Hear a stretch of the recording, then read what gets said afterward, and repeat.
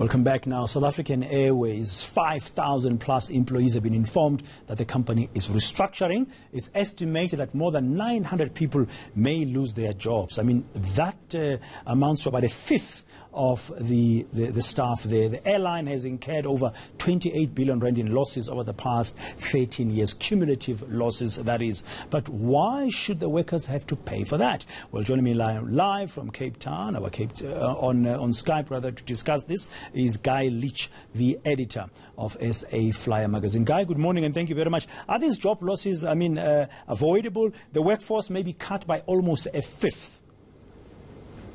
Yeah, good morning, Dan. Nice to be with you. Well, yes, in fact, these job losses are, I'm afraid to say, overdue. Look, no one likes to countenance job losses, and the previous CEO, Mr. Moyane, was beginning the process primarily under voluntary severance packages, the Section 189, where he was encouraging people to take early retirement or move on. He had most success, funnily enough, with the pilots, and as many as 15% of the total pilot force left to take up contracts with other airlines. But he wasn't really able to achieve much in terms of a reduction of the SAA management core.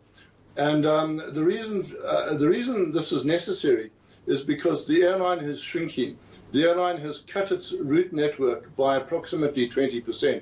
Just in itself, that would suggest that a 20% reduction in its total staff complement would be advisable. But in fact, you could argue more than that, simply because during the period of Dan Moyane's chairmanship, the airline, in fact, grew a fairly bloated staff complement compared to what it was, for instance, 10 years ago, where under Project Bambanani it successfully cut 20% of its jobs to a much smaller size, even though it was operating considerably more routes. So there was a case to be made that the airline was already significantly overstaffed, and that with a further series of route reductions, certainly there needed to be a strong cut in management headcount. Now, can SAA be saved? I mean, this restructuring that started now, you say Mr. Jahana tried this, but he was unsuccessful. Now there's an acting CEO, Zux Ramasia, who's trying to do the same thing. One wonders whether there will be political will from the shareholder, that's the government, to effect the restructuring fully.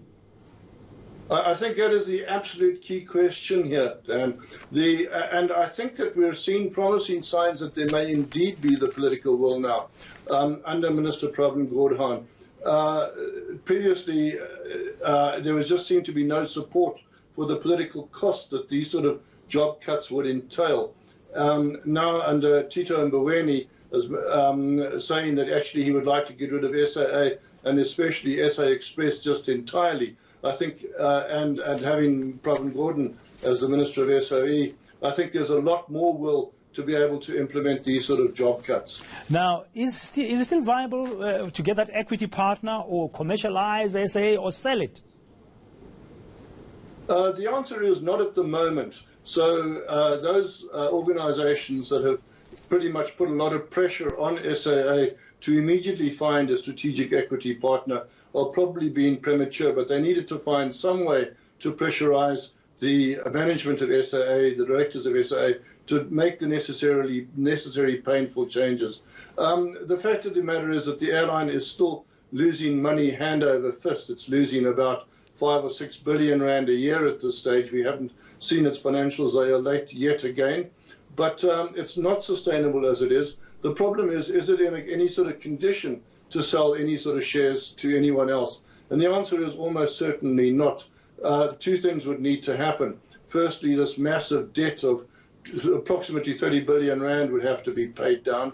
And secondly, the law would have to change to allow for a minority partner with perhaps more than 25% equity. Can the airline be turned around? Well, yes, as long as there's a political will to impose the necessarily very tough management decisions, of which these sort of staff cuts are a good start, then I believe it can be turned around. I also perhaps need to point out, though, that SAA needs to be looked at as a group, not just as a single airline. And SAA's staff complement is currently pretty much exactly 10,000. So losing 900 or so management employees is less than 10% of the staff. Yeah, you could argue that they need to start with the primary airline first, but there's a strong case to be made that SAA Technical also needs a serious management shake-up. Thank you very much, Guy Leitch there, talking to us about how SAA could probably be saved now, facing those job losses. Not an easy situation for the employees who might be affected. Consultation